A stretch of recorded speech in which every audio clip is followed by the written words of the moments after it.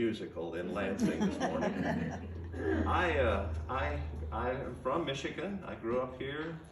I've lived in several places in Michigan. I've traveled all around Michigan, but I have never been to Burt Lake, Michigan. And I'm happy to make your acquaintance and to see this lovely church. We are turning to the 6th chapter of the Gospel of Luke. And when I read that chapter or think about it or talk about it, I always have to remind myself, or maybe even warn myself, that these words of Jesus are perhaps the most challenging that we find in the entire gospel narrative. I have to take a deep breath, maybe even a gulp, when I think about the 6th chapter of the Gospel of Luke. The wise man built his house upon the rock, and the rain came tumbling down. The rain came down and the flood came up, but the house on the rock stood firm. Is this ringing a bell with anybody? Yeah. Oh, and some even know the hand motion. It's an old Sunday school song, and like a lot of Sunday school songs, it gets the story right. The wise man built his house or his life on the rock. The foolish man built his house on sand, and when the storms came, it collapsed. But like a lot of other Sunday school songs, it doesn't tell the whole story. In fact, it doesn't tell us what Jesus said right before that. He said, with a flicker of anger in his eye, "Why do you call me Lord, Lord, and not do what I tell you?" I guess it means that it takes more than just saying, "I love Jesus." It takes more than just saying, "Praise the Lord." Maybe it even takes more than just coming to church, or reading the Bible, or putting an offering in the tray.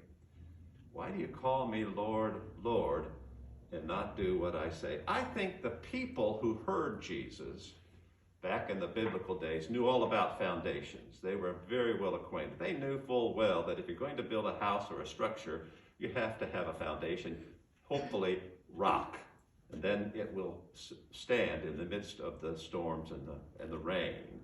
They would laugh out loud if someone tried to build a house on sand. In Palestine, they have these dry riverbeds that they call wadis, and nobody would build a house on a wadi. They wouldn't even stand in the wadi, because if the rain came, there could be a flash flood and you could get swept away. Well, I want to build my house and my life on a solid rock. I want to be a disciple of Jesus. I want to do what Jesus tells me to do. And so I have to think about what it was that Jesus said for me to do that apparently his followers were not doing, even as they called him Lord, Lord. So we turn back to the 27th verse of the Gospel of Luke and hear the words of Jesus, who said, "Love your enemies. Do good to those who hate you. Pray for those who abuse you. If someone strikes you on the cheek, don't retaliate, don't get even, but turn the other cheek. If someone takes your coat, give them the shirt off your back. If someone steals your goods, don't go looking for them, wanting to get them back. Give to everyone who begs from you." I get the feeling that Jesus did not care a bit about possessions, about material possessions. I wonder sometimes if Jesus ever owned anything. He didn't have anything when he died. They even took his clothes from him. Do unto others as you would have them do unto you. Now, if I'm honest about these words of Jesus, I have to admit that I probably have one foot on the solid rock and one foot on the sand. Because I believe that what Jesus is saying is something that I can never live up to.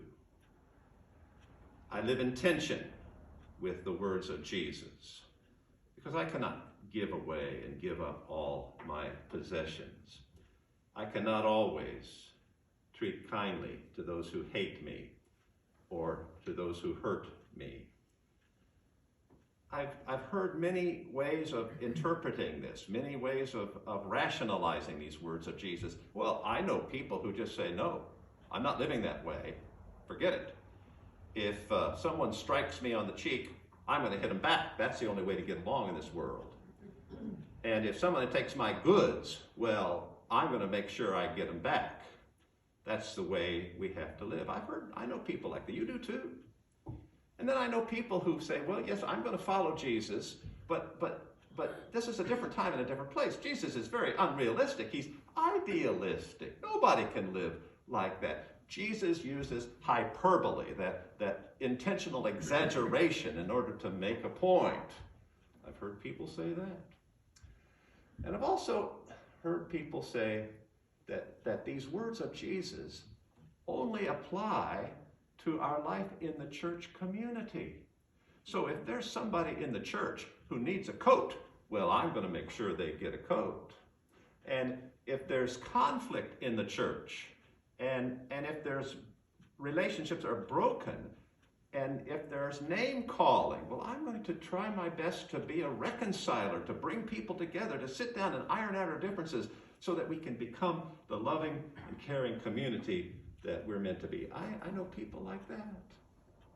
But I think I just have to take Jesus' words seriously and know that I want to try, probably never live up. And so I am praying and hoping for grace.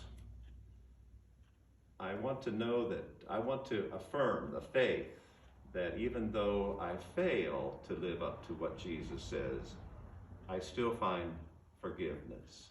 And the place I find that grace, more than any other place, is right here at the communion table, because it's here that I can bring my sorrows and griefs, my failures, my mistakes, but also my successes and my victories. And through the sharing of the bread and the cup, I can feel the presence of God's love and care.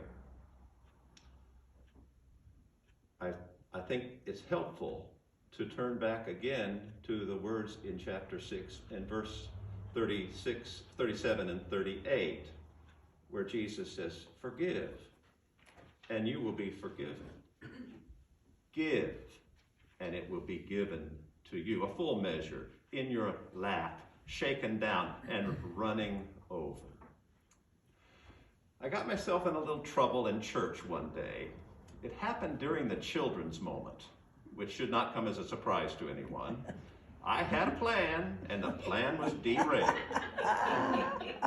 I wanted to talk to the children about the week of compassion.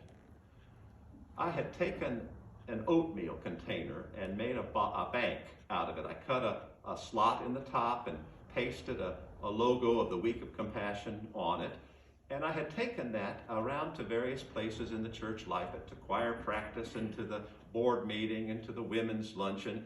And I asked people if they would put a few coins, loose change in there, just as a way of promoting this wonderful way to help out in emergencies. Well, I brought that bank to the children's moment as they gathered up on the chancel. I shook it to remind them that there were coins in there. And I started talking about all the wonderful things that the Week of Compassion does all around the world, and even locally if we have an issue. Well, it just so happened that there was a little girl sitting on my left who came to the children's moment with a quarter in her hand. Now, her intention was to go to the children's worship program immediately following and put that quarter in the offering tray, as was her custom every week. But she got so excited about what I was talking about, the Week of Compassion, she blurted out, "Can I put this in there?" Well, yes. Even children can contribute to the Week of Compassion. Here's why I got into trouble. She said, "Can I get it back?" Well, no, but but you get it back in different ways. Now, I thought that was pretty clever. I was thinking fast on my feet there. Unfortunately, there was a little boy sitting right on my right who immediately raised his hand and said, "How does that work?" Ooh, how does that work? And so I said, "Oh, boys and girls, look at the time. We got to wrap it up here." And so I prayed over them and sent them off to their worship program. The children left. But the question didn't. How does that work? How does that work, that part about forgive and you will be forgiven? Give and it will be given to you. Well, I've thought a lot about that. And I have to conclude, I don't know how it works. But I do think it does work. I think that because I've known a lot of people who are loving, caring, generous, maybe people here in this room, people who don't need to grasp onto their possessions and hold them tight, people who understand that spiritual growth and spiritual maturity is always more in a way of giving than in attaining. Spiritual maturity is always more of a matter of subtraction than it is of addition. People who find themselves rich in the important things like faith and family and friends. And these are the people who I think have built their house and their lives on a solid rock.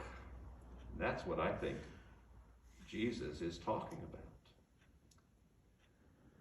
The wise man built his house upon the rock. The wise man built his house upon the rock. The wise man built his house upon the rock, and the rain came a-tumbling down. Oh, the rain came down and the floods came up. The rain came down and the flood came up. The rain came down and the flood came up.